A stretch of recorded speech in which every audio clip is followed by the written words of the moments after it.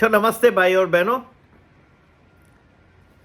बहुत सारा गतिविधियां चल रही है इस हफ्ते में। बहुत सारा टेंशन रहा है।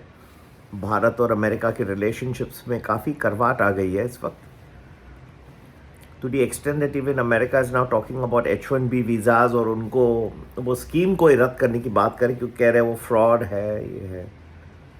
तो इतना अच्छा नहीं होता जब ये बहुत सारी बातें साथ में आ गई हैं। और मैं आपको तो डिस्टर्बिंग हो गया है क्योंकि इससे काफ़ी इक्वेशंस बदली हो जाते हैं। सॉफ्टवेयर कंपनीज़ के लोग आने जाने, बहुत सारी बातें आ जाती हैं। That's not a one way thing. Good part is के अब India is trying to engage with China, Russia, Japan, which is good. But I personally don't think that the US market should be ignored. One should still try and work it out. किस चीज़ से वो इतना गर्म हो गए हैं, क्या बात है, बात करके और सुलझ जा सकता है बात को। Coming to other things, markets 3 दिन से गिर रहे हैं क्योंकि ये न्यूज़ जो थी वो नेचुरली बहुत ही नेगेटिव हो जाती है। 50% और टैरिफ। प्रधानमंत्री जी गए हैं अब जापान, चाइना, और अच्छे स्टेप्स हैं। It's always good to broaden your horizon. New deals work out करना बहुत अच्छा है। जापान ने पहले भी बुलेट ट्रेन में सहयोग दिया था। अभी भी they have announced $68 billion investment in India. It's not a very big amount but ठीक है under the circumstances. Russian oil के बारे में one has to be very very careful. Emotions बहुत जागृत हो जाते हैं। Nationalism is coming into the picture, but who is using the Russian oil ये भी सोचना है। Is an ordinary citizen of India using the Russian oil, और is it only going towards export? ठीक है, क्या आपकी गाड़ियों में जा रहा है तो क्या फिर तो देश के हित में है?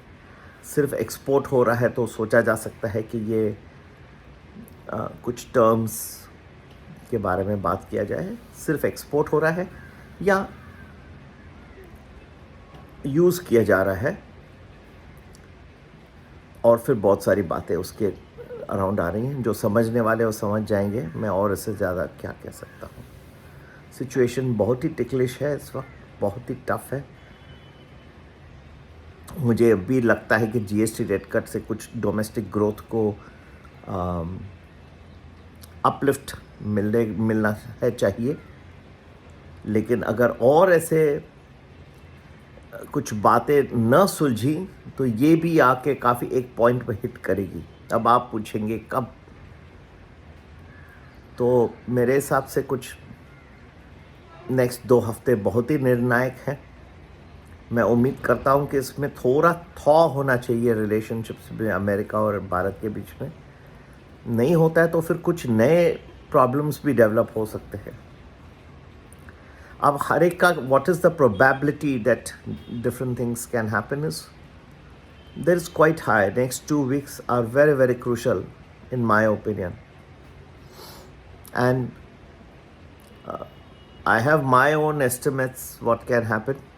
To some extent, things can get a little worse at one point of time, and the GST rate cut may bring things cheer also by preponing by the government. So these will all happen at different timelines, and therefore the mood of the market can keep changing for about a couple of weeks. But that does not mean that positional views you will not be. In fact, now the time is coming for good positional views. You have seen already this week. So do join our Premium Plus.